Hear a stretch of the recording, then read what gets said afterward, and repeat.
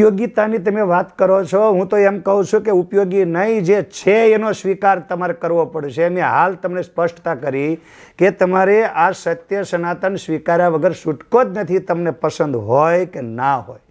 તમારા જીવનની અંદર ઉપયોગિતાની અનિવાર્યતા હું સાબિત કરી બતાવું.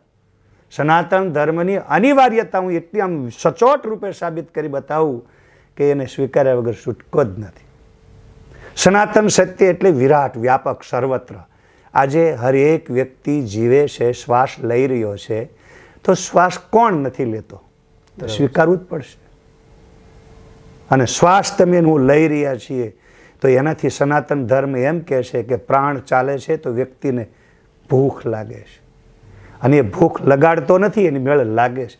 ખાવા જોશે, સનાતન સત્ય છે, તો મફત તો મળતું નથી. સનાતન ધર્મ કહે છે મફત કોઈ વસ્તુ મળતી નથી, તો જેને ખાવું છે મહેનત કરવી પડશે.